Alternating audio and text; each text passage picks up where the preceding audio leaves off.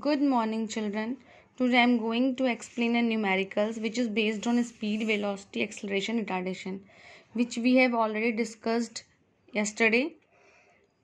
Formula related to this physical variables. So today we will solve numericals which is based on this physical variables. So first, let me start a first question. Suppose you walk across a room of length 9 meter with a velocity of 1.5 kilometer per hour. Express this velocity in meter per second. Find the time you will take to move across room. आपको क्या बोल रहे हैं, आप अपने room तक जाते हो, ठीक है, रूम में वॉक कर रहे हो, इसका लेंथ कितना दिया है आपको 9 metre. So with a velocity 1, मतलब वेलोसिटी के साथ आप वॉक कर रहे हो, ठीक है, एंड 1/2 किलोमीटर पर आवर, मतलब वेलोसिटी की वैल्यू कितनी है 1.5 kilometre per our. Statement form में लिखा 1.5 kilometre per hour. So you have to write the v. 1 means 1.5, it means 0.5. okay, so it is 1.5 kilometer per hour. You have to calculate the time. So firstly we have to convert kilometer per hour into meter per second. So for converting we will multiply by 1000 for kilometre into metre. But हमको hour को second में convert करने के लिए हम क्या करेंगे, 60 into 60 से फिर मल्टीप्लाई करेंगे. अब बोलेंगे हम तो डिवाइड कर रहे हैं, अपॉन का साइन नहीं बेटा, ये पर का साइन है, मतलब आवर नीचे है, तो हम आर को सेकंड में कन्वर्ट करने के लिए 60 इंटू 60 से नीचे मल्टीप्लाई कर रहे हैं. Okay, after calculation we got 0.417 metre per second. Now we have to calculate the time. So velocity is equal to distance upon time. So v is equal to s upon t. So t is equal to s by v. Now we will put the value of s and v. So it will be 21.6 second. Second question. A car travels 30 km at a uniform speed of 40 km per hour and the next 30 km at a uniform speed of 20 km per hour. Find its average speed. अब आपको average speed का formula बोला है. आप बोलोगे नहीं हमारे पास formula average speed का ये है total distance upon total time, but total distance तो दिया नहीं है. एक कार ट्रेवल्स का 30 किलोमीटर, ठीक है, 40 किलोमीटर पर आवर से, फिर से नेक्स्ट डिस्टेंस कवर करता है 20 किलोमीटर पर आवर से. डिस्टेंस है हमारे पास टोटल, बट टोटल टाइम नहीं दिया है. तो अब हम यहाँ पे क्या करेंगे, S1 is given with V1, S2 is given with V2. So time का फॉर्मूला क्या हो जाएगा, time is equal to distance upon velocity.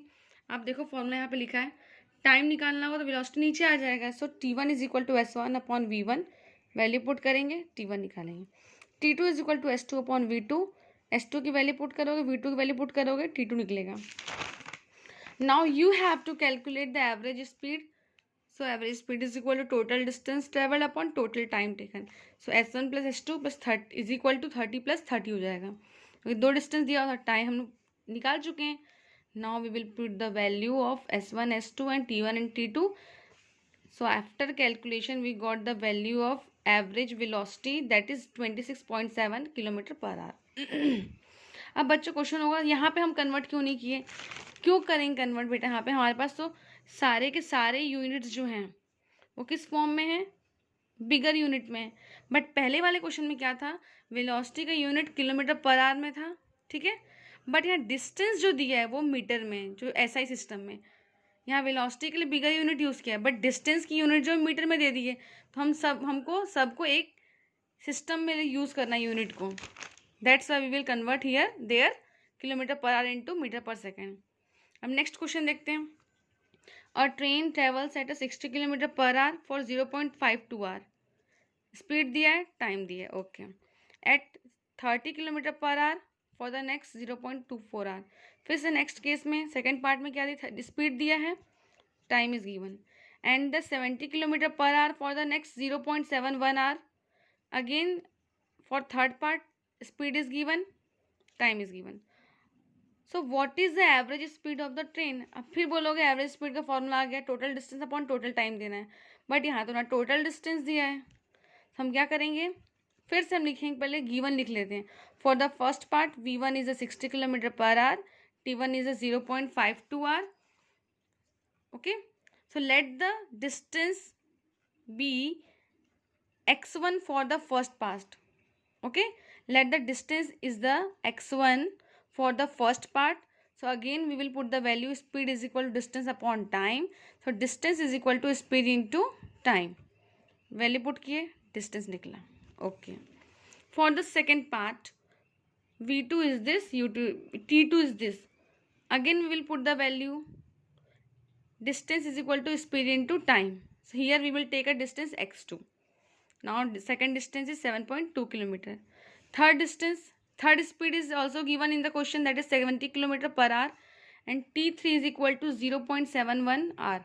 Again we will calculate the value of third distance. So distance is equal to speed into time, that is 70 into 0.71. After calculation we got 49.7 km. Now we will put the value of x1, x2, x3 in the formula. So average velocity is equal to total distance travelled upon total time taken. So x1 plus x2 plus x3 is here, t1 plus t2 plus t3 is here. Now we will put the value. After calculation we got the value 59.9 km/h. Okay students, so you have to solve many numericals just like that type of numericals.